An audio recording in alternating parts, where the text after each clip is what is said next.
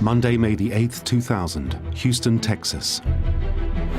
Angel Maturino Resendez stands accused of being one of America's most terrifying serial killers. The man who became known as the Railroad Killer. I stared at him the whole time. I'm gonna remember your face. I'm not gonna forget it, because if I live through this, I will get you. The entire country is riveted as the defense claims their client is delusional, mentally ill, and not responsible for his actions, while the prosecution seeks the ultimate punishment. It is over. It is over. He didn't deserve to live after what he did. Is this man insane, or a cold, calculating killer? The trial will hinge on an extraordinary confrontation between the killer and his only surviving victim.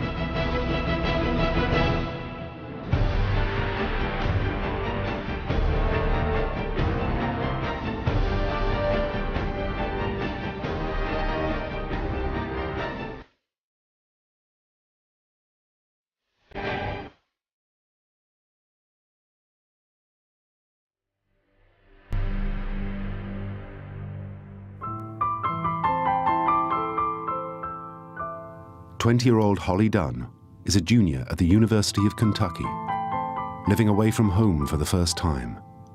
It's here she meets Chris Meyer. Chris Meyer was my very good friend.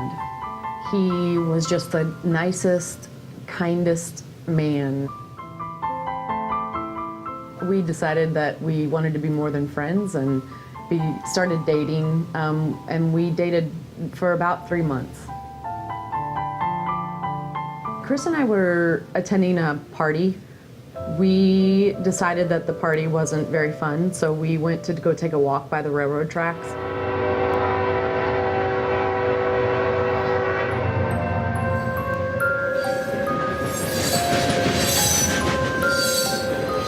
We sat down and talked for a while. And when we got up to leave,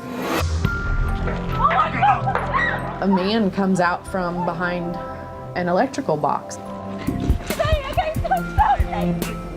He actually had a weapon on Chris.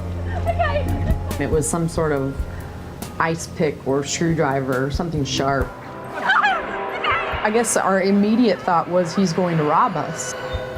That's when we realized he wants money. We start thinking, okay, well, you could have our credit cards, you can have our ATM cards, you could have our car. Then he started tying up Chris's hands behind his back. He came over to me and he took off my belt and he tied up my hands behind my back. And that's when I start thinking, okay, this man doesn't want to rob us. He takes Chris by the shirt and he pulls Chris. I can see it on Chris's face that he's in pain as he's pulling him across the rocks into the ditch beside the railroad tracks. I followed on my knees. He told us to lie down in the ditch. I stared at him the whole time. I memorized his face. I memorized he had a tattoo on his arm. He had, I was thinking, if you have any scars, I'm gonna remember your scars. I'm gonna remember your face. I'm not gonna forget it, because if I live through this, I will get you. The last thing that Chris said to me was, everything's gonna be okay.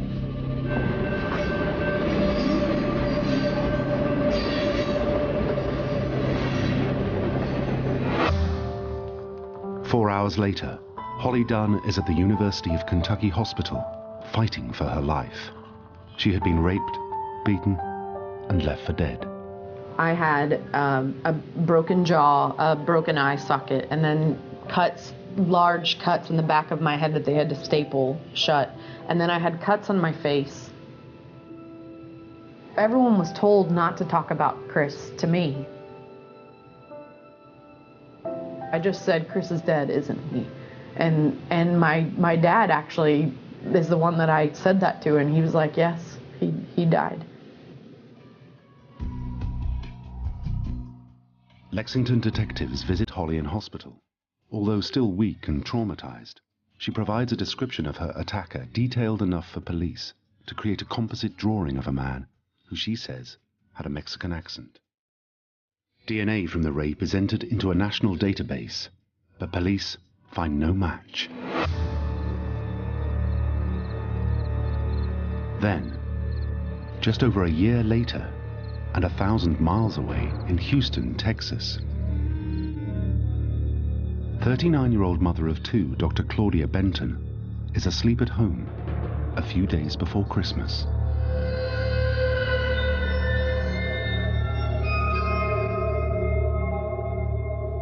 It appears that she was sleeping.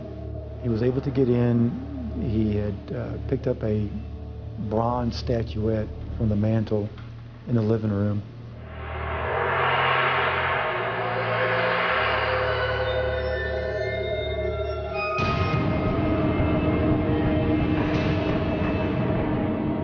He was relentless in beating her. The skull fractures themselves would have killed her. He then stabbed her 3 times in the back with a very large butcher knife. Dr. Benton was raped as she lay dead or dying. Her house was right next to the railroad. A train came by, and when that train came by, I could not hear myself think. It was so loud. I said, what a perfect cover for someone to get in the house without being heard. This time, fingerprints as well as DNA are recovered from the crime scene. The prints are a match to a career criminal, Rafael Resendez Ramirez. But detectives discover this is just one in a string of aliases. His real name is Angel Maturino Resendez, a Mexican itinerant with a prior record of arrests for minor felonies stretching back more than 20 years. I think his first arrest was when he was 16 or 17 years old, and I believe that he got a separate FBI number from a 1995 arrest in California.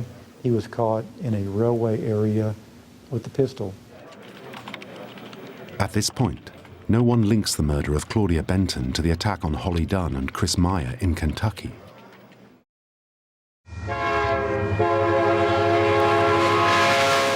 Then, a few months later, there's another murder in the small railway town of Weimar, Texas, 90 miles from Houston.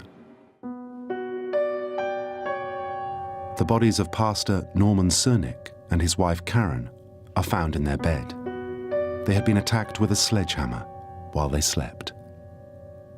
Karen had been sexually assaulted. Assigned to the case is Harris County Prosecutor Devin Anderson. He watched these places. It wasn't an accident that all of these people were asleep when he attacked. He would watch them, wait for them to go to sleep, get into their house, and he would strike them before they would even wake up.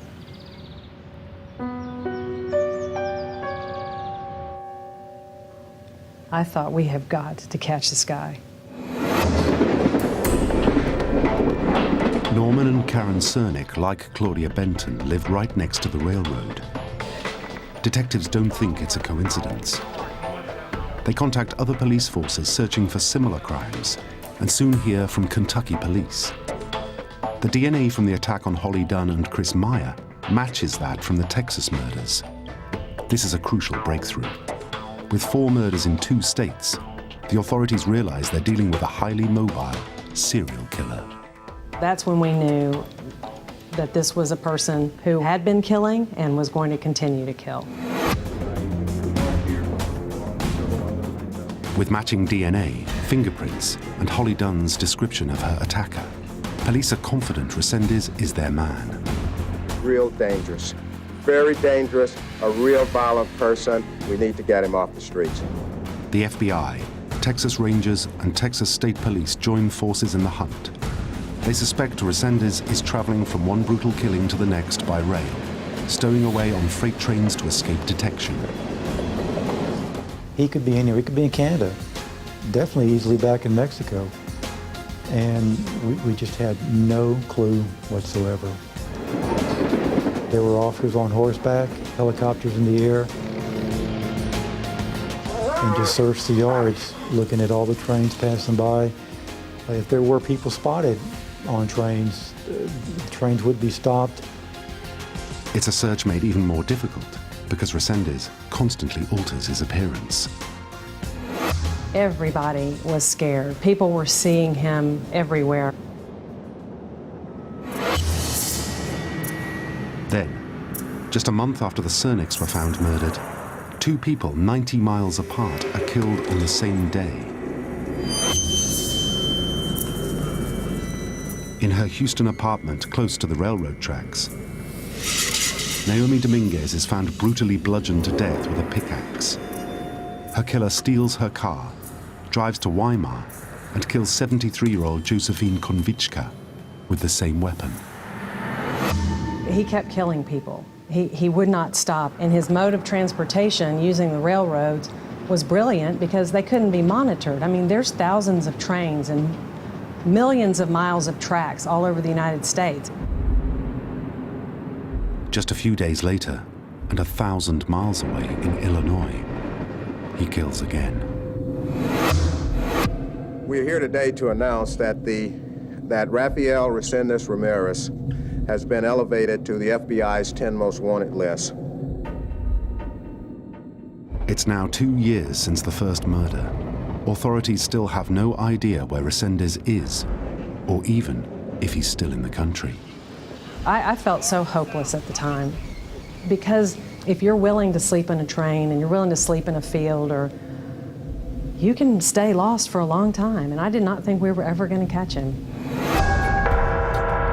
But then, in June 1999, there's a dramatic breakthrough.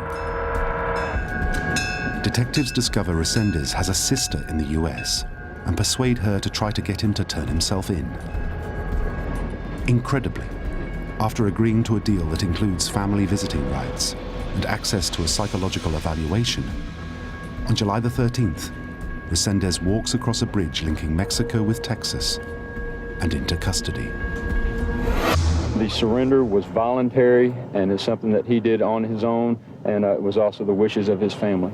I have never felt such relief in my entire life, and I probably never will again. Just thank God.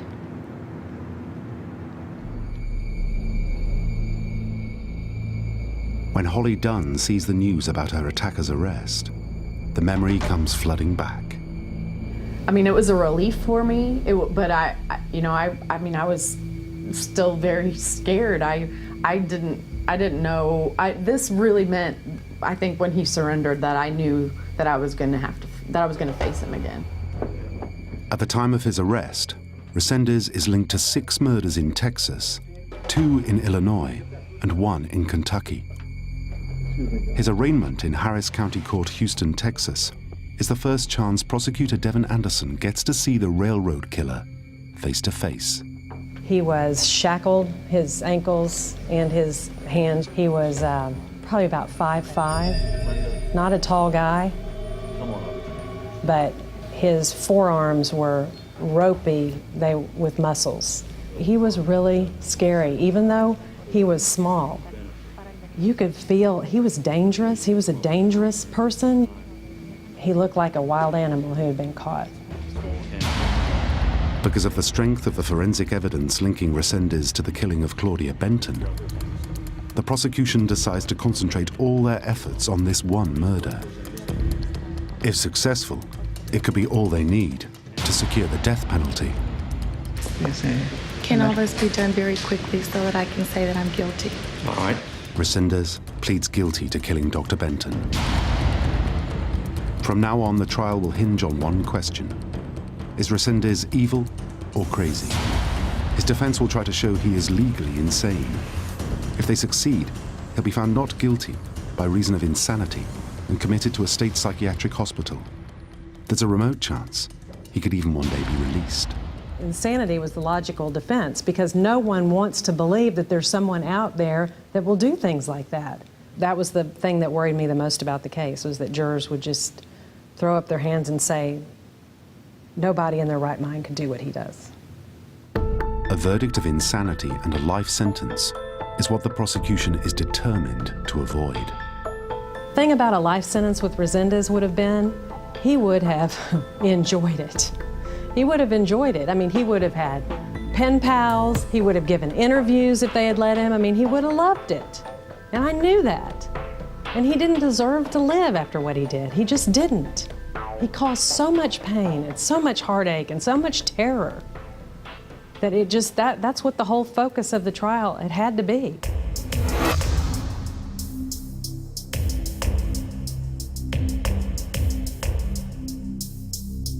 The defense lays out their case, painting a picture of a madman. Their psychiatrists say Resendez has paranoid schizophrenia resulting from head injuries, drug abuse, and a family history of mental illness. They say he has a delusional perception of the world and believes he can cause earthquakes, floods, and explosions, and that God told him to kill his victims, whom he believed to be evil. The defense experts based their opinion on what he told them about how he was feeling at the time of the capital murder. We, on the other hand, looked at it as what actions did he take that showed he knew what he was doing was wrong.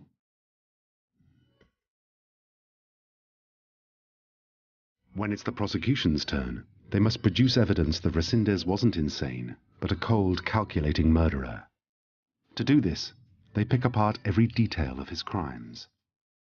They show how he used the railroad so effectively to move around and evade capture.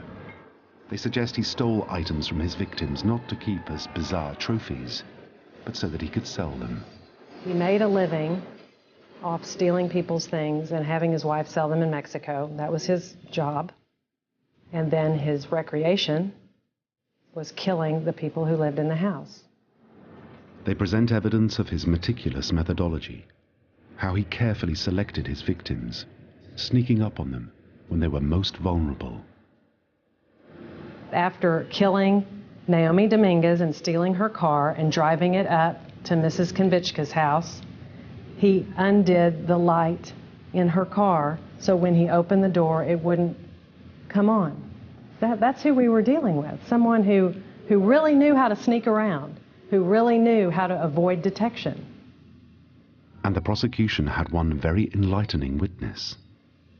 The best piece of evidence we had for his sanity was a prisoner from Florida who spent a lot of time with him in the law library researching the issue of insanity and helping other inmates raise that issue in their cases.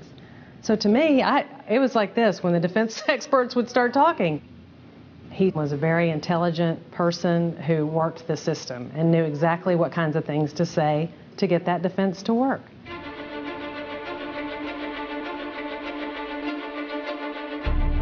The prosecution rests, but have they done enough? Would the jury find Resendez guilty of murdering Dr. Benton, or not guilty by reason of insanity? After deliberating for a nail-biting 7 hours, the jury returns their verdict. Mr. Resendez, would you please rise? Guilty of murder in the first degree. The guilty verdict was such a whew, because I thought now we can get to the real, what we really need to be here to talk about, which is what has happened to these victims, because everybody needs to know what he did. Now the prosecution can push for the death penalty. Devon Anderson will need to provide decisive evidence to prove Resendez committed each of the murders and show the jury the full horror of all his crimes. She displays a series of brutal crime scene photographs and presents testimony from the victims' families. Although the decision about the death penalty is supposed to be an analytical one and a cold one, I wanted them to hate him, to see what a monster he was. If you look at all of the evidence that you've heard in this case, he knows what he's doing, and he's making the choice to do it, and he won't stop. And we're not here to say he's a sick weirdo. He is sick. There is something wrong with him. But does it make him any less morally responsible? No.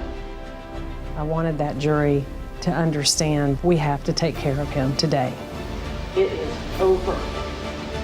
It is over.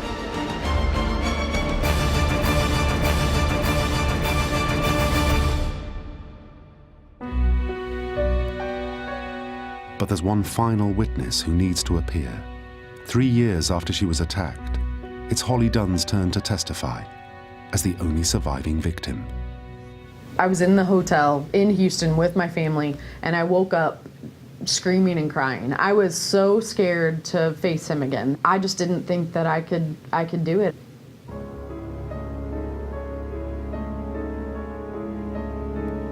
I remember Devin telling me, I'm sitting in like the waiting room about to go into the courtroom. Then I went back there and said, okay, are you ready? And she said, yep. And I said, he's gonna be in there looking at you. Don't look at him, just look at me. Don't look at him until I ask you to. And she said, okay.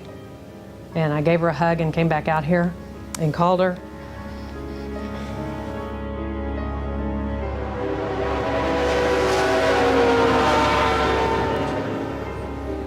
When I went into the courtroom, I sat down in the chair to testify. I did not look at him. I was looking straight at Devin. I remember the very first question that Devin asked me was something like, what did you do last weekend? I was really excited to say, I graduated from college. To me, I was saying to him, you didn't destroy me. I just graduated from college. And then I went into the details of that night.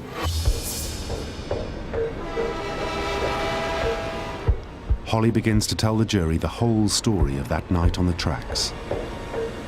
Chris had said, run if you can, and I couldn't get my legs untied, so I couldn't run. I don't know how much time passed between that time and when our attacker came with the rock. There was no warning. He drops this rock on Chris's head.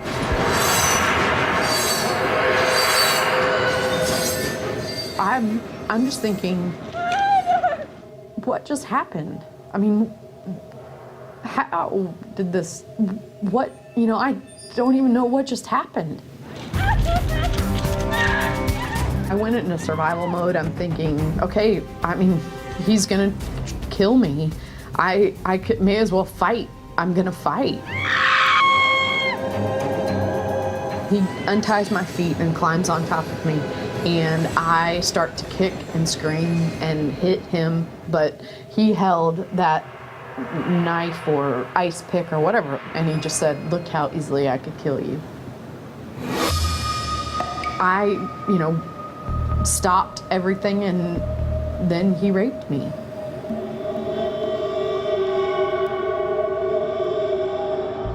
And Resendez had no intention of leaving a witness. He hit me 5 or 6 times in my face. I think I put my hand up and then I turned over, and then he hit me 5 or 6 times in the back of my head. He hit me hard. He was trying to kill me. I think I laid there and he thought I was dead.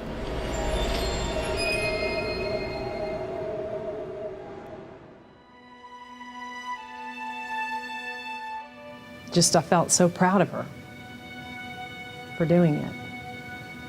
And she cried. I mean, she was very, you know, emotional, but she told it, she got it out. The jurors were crying, Devin was crying. Now prosecutor Devin Anderson prepares to ask her final question. Everything in the trial had been building to this. It was the moment I had been waiting for in the trial, because I wanted a victim of his to face him down, because no one else could. And then they say, could you please tell us what he's wearing? And so at this moment, I knew I was going to have to look at him. So I look at him and I, you know, point to him and I say, he's wearing a white button-down shirt. And as I'm saying that, I feel my hearing going into my head. I get really hot and I feel like I'm about to faint. And she looked him in the eye and she identified him. And it was a great moment. It's a great moment because she got to call him out for all those other people sitting in the courtroom and for all those other people who were dead. She got to call him out. It was great. You know, I saw him and he had basically a emotionless face. I broke down at that point and they had to carry me out of the courtroom. I was so emotionally destroyed. I mean, I couldn't give any more than I gave during that trial. Resendez is sentenced to death. In 2006, when the last of his appeals is denied, he is executed by lethal injection.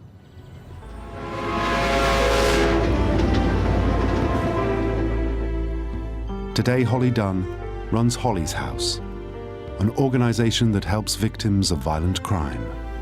It happened and I have to live with it for the rest of my life. But this event does not define me. How I live now is for all the victims and especially for Chris, but for all of Resendez's victims, because those loved ones aren't here anymore. I've been given a second chance and I want to live life to the fullest.